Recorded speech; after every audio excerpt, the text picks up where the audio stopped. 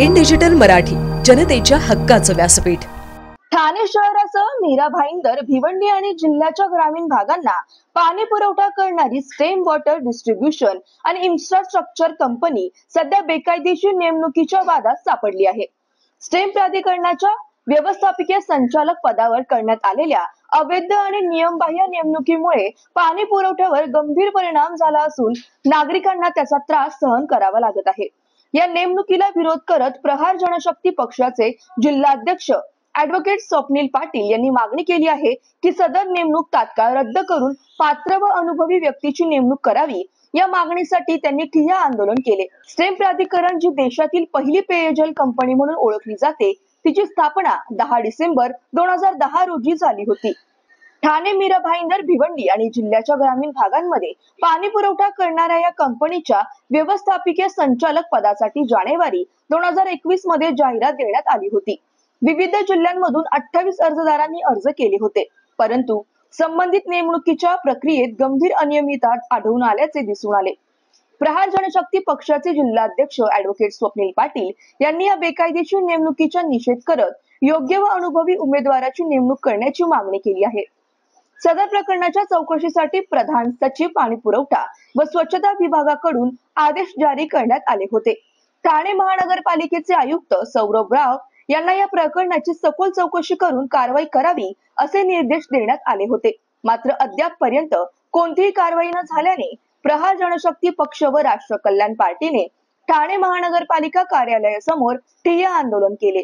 प्रहार जनशक्ती पक्षाचे ॲडव्होकेट स्वप्नील पाटील यांनी सांगितले की पाणी पुरवठ्यासारख्या अतिमहत्वाच्या विभागात अनुभव व शैक्षणिक पात्रता नसलेल्या व्यक्तीची नेमणूक करणे हे अत्यंत धोकादायक आहे। या निर्णयामुळे सुरळीत पाणी पुरवठा बाधित झाला आहे, ज्यामुळे लाखो नागरिकांना नाहक त्रास सहन करावा लागत आहे।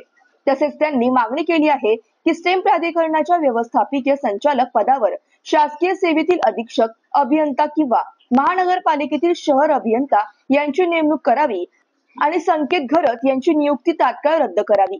या आंदोलनात प्रहार जनशक्ती पक्षाचे स्वप्नील पाटील, राष्ट्र कल्याण पार्टीचे शैलेश तिवारी, दुर्गेश मिश्रा, विजय मडवी, शरद पोळके, रक्षक म्हात्रे, अजित गुंजाळ इत्यादी प्रमुख पदाधिकारी उपस्थित होते। आंदोलनावेळी उपस्थित नेत्यांनी प्रशासनाच्या मनमानी कारभारावर तीव्र नाराजी व्यक्त केली। या प्रकरणातील दोषींवर कठोर कारवाई न झाल्यास भविष्यात अधिक तीव्र आंदोलन करण्यात येईल असा इशाराही त्यांनी दिलाय। स्थानिक 3 विद्यमान आमदार आणि मुख्यमंत्र्यांच्या चौकशी आदेशानंतरही कारवाई का होत नाही यावरून विभागात तर्कवितर्क लढवले जात आहेत। या प्रकरणी कोणाचा दबाव आहे का आणि सत्य काय आहे याची संपूर्ण तपासणी करण्यात यावी अशी मागणी आंदोलनकर्त्यांनी केली आहे। प्रशासनाच्या या वर्तनामुळे नागरिकांमध्ये प्रचंड नाराजी पसरली आहे। स्टेम प्राधिकरण ज्याची स्थापना 2010 साली करण्यात आली, वॉटर डिस्ट्रीब्युशन करणारी पेयजल योजना ही देशभरातली पहिली योजना आहे। विशेष म्हणजे ठाणे जिल्ह्यामध्ये याची सुरुवात करण्यात आली। ठाणे जिल्ह्यातले ठाणे महानगरपालिका, मीरा भाईंदर महानगरपालिका, त्यानंतर तुमची भिवंडी महानगरपालिका, त्याशिवाय जिल्हा परिषद मधल्या 35 गावांना पाणी पुरवठा द्यायचं काम हे स्टेम वॉटर डिस्ट्रीब्युशन कंपनी लिमिटेडचं आहे। परंतु या महत्वपूर्ण ठिकाणी एका बोगस अधिकाऱ्याची बोगस कागदपत्रांच्या आधारे निवड करण्यात आलेली आहे, ज्याबाबत आम्ही स्वतः देखील तक्रार करतोय आणि आमच्या सोबत महाराष्ट्र राज्याचे विद्यमान आमदार प्रताप सरनाईक यांनी तक्रार केलेली आहे, विद्यमान आमदार महेश चौगुले यांनी तक्रार केलेली आहे, विद्यमान आमदार गीता जैन यांनी तक्रार केलेली आहे। शिवाय यांच्या सगळ्यांच्या तक्रारीवरती महाराष्ट्र राज्याचे सन्माननीय मुख्यमंत्री आपले एकनाथ शिंदे साहेब यांच्या देखील चौकशीचे आदेश आहे।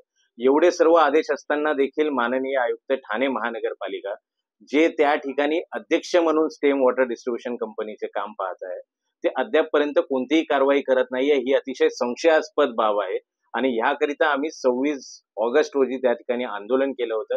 त्या ठिकाणी आम्हाला आश्वासित करण्यात आलं होतं की येणाऱ्या 10 दिवसामध्ये आम्ही त्यांच्यावरती कारवाई करू आणि संबंधित अहवाल आम्ही शासनाकडे सुपूर्द करू, पण अद्यापपर्यंत सकारात्मक कोणतीही कारवाई झालेली नाहीये।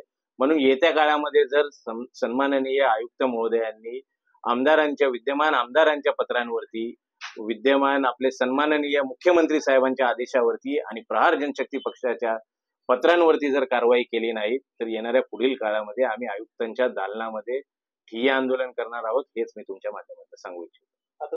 बघा, जर राज्याचे सन्माननीय मुख्यमंत्री जर आदेश देत आहेत आणि त्यांच्या आदेशाला जर आयुक्त जुमानत नसतील, तर याच्याहून दुर्दैवी बाब ही कोणतीही नसेल. आणि यांच्या या चुकीच्या नियुक्तीमुळे आपल्या जिल्ह्यातल्या 3 महानगरपालिकेतला आणि जिल्हा परिषदल्या 35 गावांचा पाण्याचा समस्या ही सर्वात मोठ्या प्रमाणावरती निर्माण झालेली आहे. आणि ह्या पाणी समस्याचा तोडगा जर काढायचा असेल तर सर्वात पहिले ही जी बोगस भरती झालेली आहे, ज्या पूजा खेडकरच्या बोगस भरतीचा आपण जगभरामध्ये देशभरामध्ये आपण नाव काढतोय की ही भरती बोगस होती, परंतु याच्याप्रमाणे अनेक भरत्या या राज्यामध्ये या जिल्ह्यामध्ये बोगस पद्धतीने करण्यात आली.